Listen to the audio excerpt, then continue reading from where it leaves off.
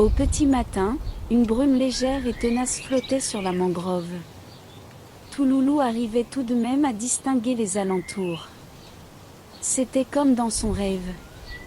Les racines des palétuviers étaient de gros serpents sans queue ni tête. Elles s'enchevêtraient de toutes parts et rendaient l'accès de la mangrove très difficile. Les lianes, telles de grandes nattes, tissaient une toile d'araignée géante entre les troncs. Mais aussi sauvage que pouvait être ce décor, il demeurait naturel. Par contre, les boîtes disséminées à proximité de plusieurs trous, d'où sortaient des petits monticules de boue fraîche, avaient quelque chose d'étrange. Elles ressemblaient aux fameux pièges à éviter décrits par le manchot. Oui, ces boîtes étaient bizarres. Touloulou s'était approché précautionneusement de l'une d'elles. Et là, il avait compris. C'étaient bien des pièges. Les claps de la nuit dernière s'expliquaient donc également. C'était le bruit des couvercles qui se rabattaient sur les malheureux mantous qui s'emparaient des morceaux de fruits déposés à l'intérieur des pièges. Au secours! Au secours! Touloulou sursauta, puis écouta plus attentivement. Par ici, je suis là. Aide-moi à sortir de ce traquenard. Mais comment vais-je faire? Je n'y arriverai jamais. Ce couvercle est bien trop lourd pour moi. Essaie quand même, je t'en supplie. Touloulou chercha une solution, mais rien ne lui vint à l'esprit. Il n'allait tout de même pas abandonner le manteau à son pauvre sort. Mais que faire? Il devait bien y avoir une solution. Et si? Mais oui! Touloulou se souvint du procédé employé par le manchot pour dégager la grosse pierre de l'entrée de son trou. Cela marchera, se dit-il à haute voix. Touloulou trouva rapidement un morceau de bois, dont il glissa la pointe la plus affinée dans une légère fente, entre le bas du couvercle et le fond du piège. Et après avoir placé une pierre sous les 2/3 du bâton, Touloulou avait saisi l'extrémité du morceau de bois avec ses pinces, et s'était suspendu de toutes ses forces. Le couvercle s'était légèrement soulevé. Mais pas suffisamment. Vas-y. Ça marche. Malgré sa peur, le manteau encourageait Touloulou en plein effort. Il commençait à voir le bas des pattes poilues du manteau. Il continua sa manœuvre et dans un dernier effort, le manteau put enfin sortir de ce piège. Il fut étonné de voir qu'un si petit crabe ait pu soulever un poids aussi lourd. « Mais comment as-tu fait ?» lui demanda le mantou, gros 3 fois comme Touloulou. Perché sur de longues pattes, il était muni d'énormes pinces, encore plus impressionnantes que la pince du manchot.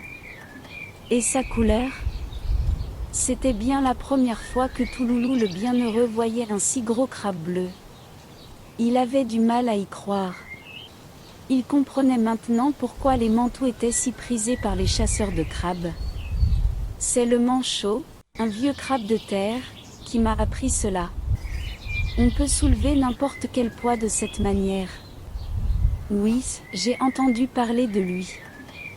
On dit qu'il a perdu une de ses pinces dans une sombre histoire. Touloulou sentit une hésitation dans les paroles du mantou. Lui cachait-il quelque chose? Peut-être bien. Ne disait-il pas qu'il avait seulement entendu parler du manchot alors que celui-ci lui avait dit avoir perdu sa pince, il y avait quelques années, en allant au pays des mantous? Mais que cherchait-on à lui cacher? Moi, je m'appelle le gaucher. C'est à cause de l'emplacement inverse de mes pinces. Et toi, comment t'appelles-tu? Touloulou le bienheureux, je viens d'une petite crique qui se trouve derrière le morne du moule en avant. Tu viens de bien loin, toi. Mais, tu m'expliqueras cela plus tard. Je crois entendre les chasseurs de crabes qui viennent relever leur satané piège. Ce n'est donc pas le moment de s'éterniser ici. Suis-moi, je connais une cachette sûre. Touloulou se cacha rapidement avec le mantou sous les racines en arceaux d'un palétuvier. Là, nous ne risquons rien. Aussitôt arrivés, les chasseurs avaient relevé tous les pièges, contents de leur prise, et ils mettaient l'un à un les mantous capturés dans un grand sac à guano. L'un d'eux attacha le bout du sac avec une liane. Les autres avaient déplacé les pièges et les déposaient à proximité d'autres trous. Ils s'étaient ensuite offert, disait-il, un répit bien mérité. Certains avaient ingurgité quelques rasades de rhum à même une fiole qu'ils se passaient de main en main. Maintenant, allons relever les pièges qui sont un peu plus loin. J'ai surtout pas envie que le soleil chaud de midi me surprenne dans la mangrove, déclara le chef de la bande. On ne pourrait pas laisser le sac là, au lieu de le trimballer partout avec nous? À notre retour, on le récupérerait? Proposa l'un des chasseurs. T'as raison. Ce sera moins de charge pour nous, acquiesça leur chef. Il avait ensuite ouvert le chemin à coups de coutelas. Toute la bande avait enfin quitté cette partie de la mangrove, après avoir bien pris soin de dissimuler leur butin dans un petit fourré. Les premières minutes avaient été fort angoissantes. Touloulou et le gaucher respiraient à peine, soucieux de ne point faire le moindre bruit. Lorsque la mangrove retrouva son calme, les deux amis quittèrent leur cachette pour voir de plus près le sac à guano. Il était plein à craquer. Dedans, on entendait bouger les mantous. Leurs carapaces se frottaient les unes aux autres dans un sinistre bruissement. C'était dur à supporter. Révoltant aussi. Que pouvons-nous faire pour les libérer? S'inquiéta Touloulou. Pas grand-chose, et j'ai bien peur de ne plus jamais les revoir, dit avec tristesse le gaucher. Mais ce n'est pas juste, il faut trouver une solution.